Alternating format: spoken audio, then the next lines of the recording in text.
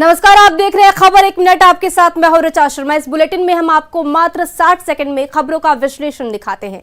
तो चलिए शुरू करते हैं खबरों के सफर को। शादी समारोह में फायरिंग मानो आम बात हो गई है। कानून से खिलवाड़ करती एक तस्वीर सहरसा से आई है, जहां शादी समारोह में घर की लड़कियां डीजे की धुन पर नाच रही होती है। तभी घर के ही कुछ लड़के डांस की इस महफिल में घुसते हैं और एक के बाद एक कई बार फायरिंग करते दिख जाते हैं। पहली फायरिंग के बाद डांस कर रही लड़कियां थोड़ी देर के लिए डर जाती हैं, डांस रोक देती हैं, लेकिन जब लगता है कि ये मानेंगे नहीं, फायरिंग करते रहेंगे, तो एक तरफ डांस चलता रहा और कुछ लड़के यहाँ ताबड़तोड़ फायरिंग करते रहे। लड़का पक्ष की ओर से परिवार वालों के डांस के दौरान फायरिंग का ये वीडियो अब सोशल मीडिया पर वायरल हो गया है।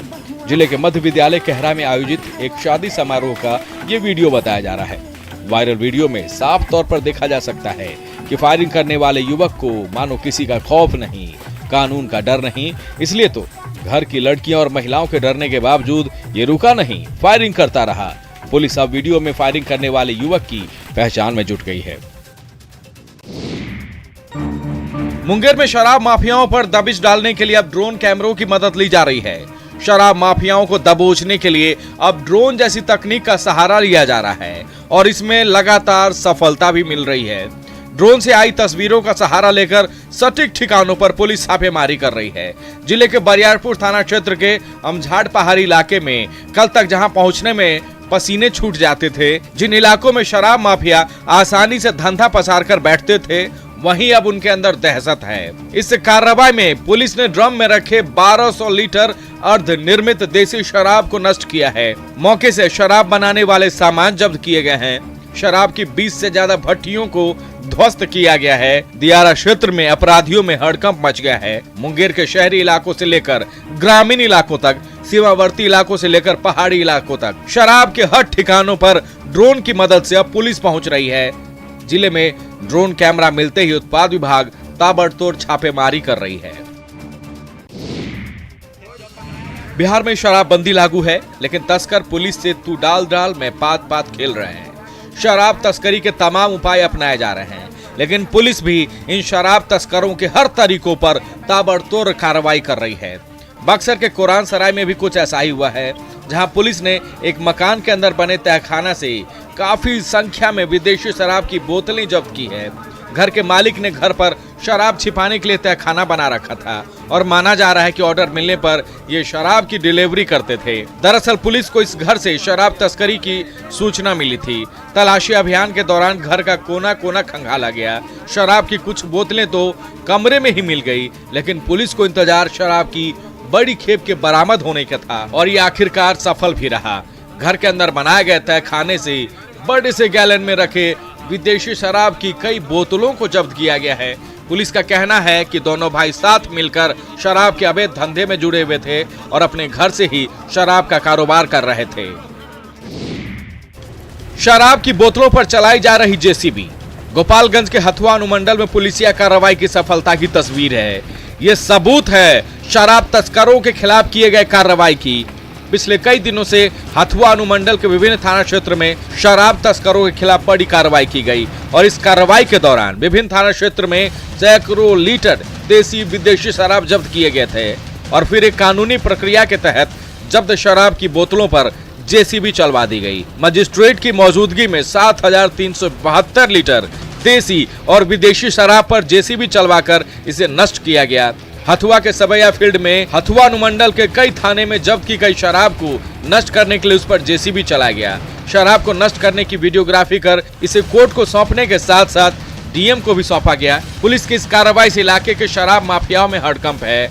इधर पुलिस का साफ कहना है कि शराब तस्करों को इलाके में पनाह नहीं दी जाएगी। शराब तस्करी के खिलाफ कार्रवाई जारी रहेगी। औरंगाबाद के तमाम कबाड़ की दुकानों पर ताला लटका है। दुकानदारों को दुकान नहीं खोलने की सख्त प्रशासनिक चेतावनी है। प्रशासनिक कार्रवाई को देख संचालक फरार है। साथ ही ट्रेड लाइसेंस का कारोबार नहीं करने की हिदायत दी गई है। दरअसल 8 फरवरी की शाम औरंगाबाद के अलीम नगर की एक कबाड़ दुकान में विस्फोट हुआ था। विस्फोट में 3 लोगों की मौत के बाद प्रशासन भी एक्शन में आया तो शहर में चल रहे कबाड़ की दुकानों की सघनता से जांच के बाद इसमें ताले लटका दिए गए। प्रशासनिक आदेश के बाद शहर में सवाल उठने लगे हैं कि हादसे के बाद ही प्रशासन क्यों हरकत में आया। क्या जिले में इतनी बड़ी संख्या में चल रहे कबाड़ की दुकानों पर प्रशासन की नजर नहीं थी? अब बगैर ट्रेड लाइसेंस के कारोबार नहीं करने का आदेश भी जारी किया गया है। भविष्य में इस तरह के हादसे को दोहराए नहीं जा सके, इसके लिए प्रशासन ने दुकानों पर ताला लगाकर पूरी तैयारी कर ली है। खैर देर से ही सही, प्रशासन इसे लेकर जब जागा है तो कुछ अच्छा होगा ही, इतनी उम्मीद तो की ही जा सकती है। इधर विस्फोट मामले की भी जांच चल रही है। अब ये देखना होगा कि प्रशासनिक एक्शन का शहर में क्या असर होता है। झारखंड के 30 मजदूर अभी भी मलेशिया में फंसे हुए हैं। पिछले 4 महीने से झारखंड के इन मजदूरों को मलेशिया में वेतन नहीं दिए जा रहे। फंसे मजदूरों का वीजा एक्सपायर्ड हो रहा है। यहां तक कि 3 साल का एग्रीमेंट भी पूरा हो चुका है, बावजूद मलेशियन कंपनी झारखंड के इन मजदूरों को छोड़ नहीं रही है। हाल ये है कि विदेश जाकर भी खाने के लाले पड़ गए हैं। फंसे मजदूरों के पास रुपए नहीं हैं। मजदूरों ने सोशल मीडिया पर मलेशिया से अपनी बदहाली का वीडियो अपलोड कर सरकार से वतन वापसी की गुहार लगाई है। एक तरफ विदेश में वतन वापसी की गुहार लगाई जा रही है तो दूसरे तरफ उनके परिजन झारखंड में यहां परेशान हैं। परिजनों को मलेशिया में फंसे उनके लोगों के वापसी का इंतजार है। मलेशिया में फंसे इन मजदूरों में बगोदर प्रखंड से 4 और डुमरी प्रखंड से 3 मजदूर शामिल हैं। हालांकि मलेशिया स्थित भारतीय दूतावास ने भी मामले को संज्ञान में लिया है और उम्मीद लगाई जा रही है कि ये फंसे हुए मजदूरों की सकुशल वतन वापसी जल्द हो जाएगी। बीच सड़क पर पढ़ाई कर रहे नौनिहालों की ये तस्वीर जुनून की कहानी भी है, उससे ज्यादा दबंगई के आगे बेबस व्यवस्था की भी है। सहरसा के पतरघाट में बीच सड़क पर पढ़ाई कर रहे बच्चों की मजबूरी के पीछे दबंगई है। दरअसल धबौली के संस्कृति मध्य विद्यालय के ये छात्र जिस रास्ते स्कूल जाते हैं उस पर दबंगों ने घेरा डाल दिया है, यानी दबंगों ने स्कूल जाने का रास्ता बंद कर दिया है। कई बार रास्ता खोल देने की अपील स्कूल के शिक्षकों ने की, लेकिन दबंगों के आगे बात नहीं बन सकी। छात्र टीचर के बार बार आग्रह करने के बावजूद दबंग रास्ता खोलने को लेकर राजी नहीं हुआ। इसके बाद स्कूल जाने के लिए घर से निकले बच्चे और शिक्षक नाराज होकर बीच सड़क पर ही पढ़ाई का काम शुरू कर दिए। स्कूल के शिक्षक बीच सड़क पर ही बच्चों को पढ़ाने लगे। जुनून शिक्षा का हो तो दबंगों की जिद भी बाधक नहीं बन सकी। बच्चे भी सड़क पर बैठकर पढ़ाई करने लगे। स्कूल के शिक्षक का कहना है कि स्कूल तक जाने वाला रास्ता सालों से यही है, लेकिन गाँव के ही दबंग ने स्कूल जाने वाले रास्ते को घेर दिया है, इसलिए मजबूरी बस बच्चों को सड़क पर ही पढ़ाया जा रहा है।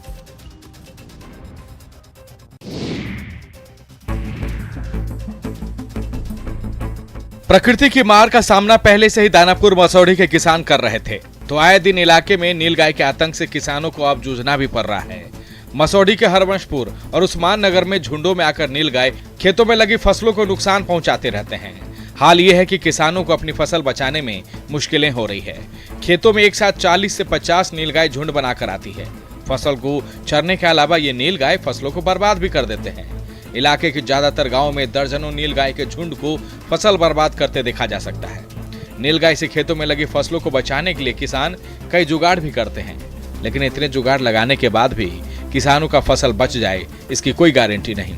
रात का अंधेरा हो या फिर दिन का उजाला, इससे इन जंगली जानवरों को कोई फर्क नहीं पड़ रहा है। खाने से ज्यादा इनके पैरों से फसल की बर्बादी हो रही है। ऐसे हाल में इलाके के किसान भगवान भरोसे खेती करने को मजबूर हैं।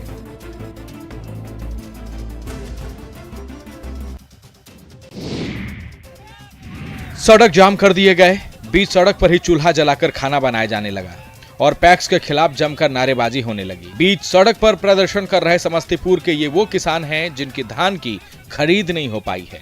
बैजनाथपुर पैक्स में अभी तक मात्र 2100 क्विंटल ही धान की खरीदारी हो पाई है। जिले में अब तक लक्ष्य से काफी कम धान की खरीदारी हुई है। बैजनाथपुर पैक्स में धान बेचने के लिए 185 किसानों ने आवेदन दे रखा था, लेकिन सिर्फ 29 किसानों का ही आवेदन यहां स्वीकार किया गया है। इनमें से भी कई किसानों के धान पैक्स में बिक नहीं रहे हैं। इलाके में किसानों की ये परेशानी हैरान करने वाली है, क्योंकि डीएम के स्तर पर इस बार धान खरीदारी की निगरानी की जा रही है। खेतों में साल भर की मेहनत के बाद जब ये बिक नहीं रहे हैं तो नाराज किसानों ने अपनी नाराजगी का ये नायाब तरीका अपनाया। दरअसल खबर ये भी है कि धान की खरीद बंद होने वाली है। ऐसे में खलिहानों में रखे धान बिक नहीं पाने से यहाँ के किसान गुस्से में हैं और जल्द से जल्द धान खरीदने के लिए पैक्स से मांग कर रहे हैं। नालंदा जिले के राजगीर में एक से एक गुफाएं हैं। राजगीर की पहाड़ियों में गुफाओं का कई रहस्य है। कई गुफाओं की रहस्यमयी कहानियां हैं। कई गुफा तो ऐसे हैं जहां आज तक कोई इंसान भी नहीं पहुंच पाया। लेकिन इसी राजगीर में स्थानीय युवाओं ने उदयगिरी पर्वत पर स्थित 2 गुफाओं की खोज की है। यह गुफा उदयगिरी पर्वत की ऊंची चोटी पर स्थित है। युवाओं की तरफ से खोजे गए गुफाओं को देखने के लिए बड़ी संख्या में स्थानीय लोग पहुंच रहे हैं। गुफा तक पहुंचने के लिए लोगों को पैदल चलना पड़ रहा है। इस दौरान उन्हें कई तरह की परेशानियों का सामना करना पड़ रहा है। गुफा के आसपास कटीली झाड़ियां होने के कारण स्थानीय लोग बड़ी मुश्किल से गुफा तक पहुंच पा रहे हैं। लोग सरकार और स्थानीय प्रशासन से गुफा को विकसित करने की मांग कर रहे हैं, जिससे विदेशी पर्यटक इन दोनों गुफाओं की सैर कर सके, इसके विषय में जानकारी हासिल कर सके। स्थानीय युवाओं के इस कार्य की लोग जमकर सराहना कर रहे हैं। युवाओं को उम्मीद है कि इस क्षेत्र में पर्यटन को बढ़ावा मिलेगा, साथ ही साथ लोगों को रोजगार भी।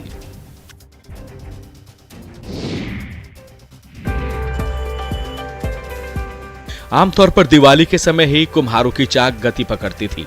त्योहार का सीजन खत्म होने के बाद भरण पोषण के लिए इनके पास रोजगार के ना तो अन्य साधन होते हैं और न ही शासन की मूलभूत सुविधाएं।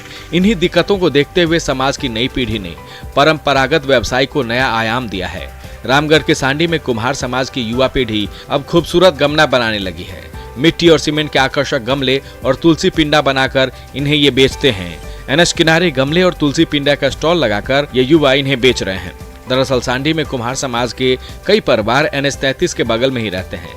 पहले ये परंपरागत मिट्टी के बर्तन बनाकर जीविका चलाते थे, लेकिन लॉकडाउन के बाद इन्होंने आकर्षक और रंग बिरंगे फूलों के गमले, तुलसी पिंडा, गुलक बनाना शुरू किया। फूल और शो प्लांट लगाने वाले गमले और तुलसी पिंडा का बाजार आसमान छू रहा है। हाथों हाथ ये बिक भी रहे हैं। बिक्री बढ़ने से इनकी आमदनी बढ़ रही है और अब ये लोग आर्थिक रूप से आत्मनिर्भर हो रहे हैं।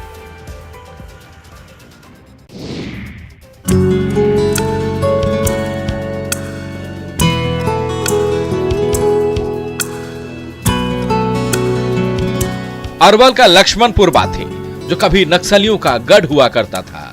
लक्ष्मणपुर बाथे, जहां कभी नक्सलियों की बंदूकें गरजती थी। फूलों की सुगंध से अब ये इलाका गुलजार है। ये बदलाव की बयार है।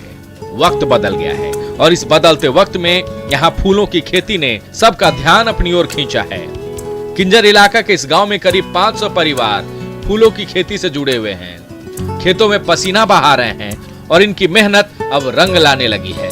पुरुषों के साथ साथ महिलाएं भी फूलों की खेती में हाथ बटा रही हैं। खेत फूलों से गुलजार है।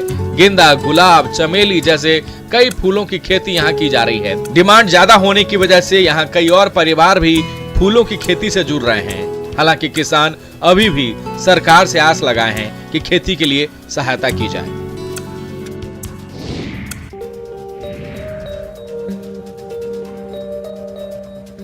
रंग बिरंगे फूल पूर्णिया में आकर्षण का केंद्र बने हुए हैं। फूलों की इतनी वैरायटी को देख सबका मन खुश हो गया। स्थापना दिवस पर कला भवन में फ्लावर शो का ये नजारा है, जहां एक से एक सुंदर और अलग अलग तरह के फूल सबका ध्यान अपनी ओर खींच रहे हैं। फ्लावर शो में पहुंचे हर अधिकारी और आम लोगों के चेहरे पर खुशी देखी जा रही है। प्रदर्शनी में फूलों की कई प्रजातियां शामिल है, जिसमें गुलाब, गेंदा जैसे कई फूल हैं। इस फ्लावर शो में फूलों की सजावट यूनिक तरह से की गई है, यानी रंग बिरंगे फूलों की खुशबू से यह पुष्प प्रदर्शनी महक उठी है। डीएम ने इस फ्लावर शो का उद्घाटन किया। इनके साथ कई अधिकारी भी फूलों की इस प्रदर्शनी को निहारते नजर आए। शहर में ऐसे आयोजन को देखकर लोगों में भी काफी खुशी होती है। यहाँ कई तरह के फूल पौधे देखने को मिल रहे हैं। साथ ही इस फूलों की प्रदर्शनी से सीख भी मिल रही है कि लोग अपने आसपास पेड़ पौधे लगाएं और पर्यावरण को शुद्ध बनाएं।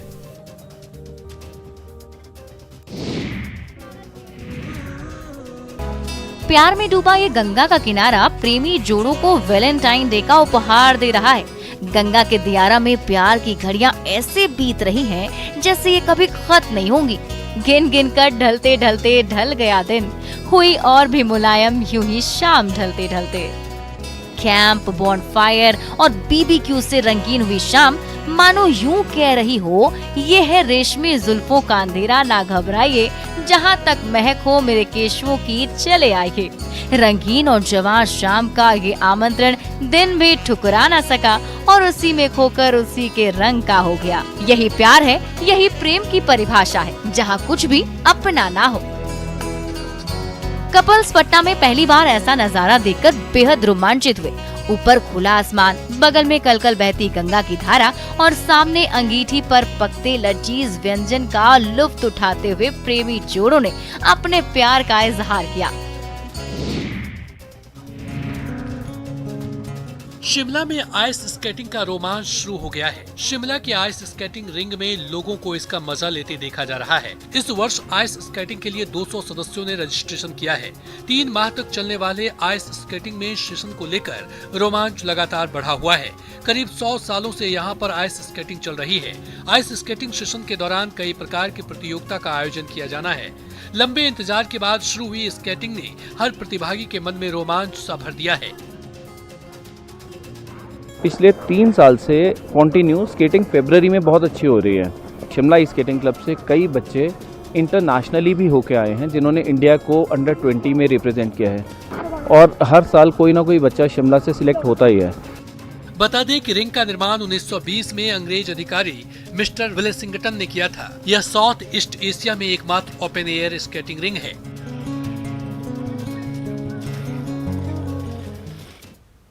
और फिलहाल इस बुलेटिन में बस इतना ही। बने रहे न्यूज़ 18 बिहार झारखंड के साथ, क्योंकि न्यूज़ 18 पर खबरों का सिलसिला लगातार जारी है।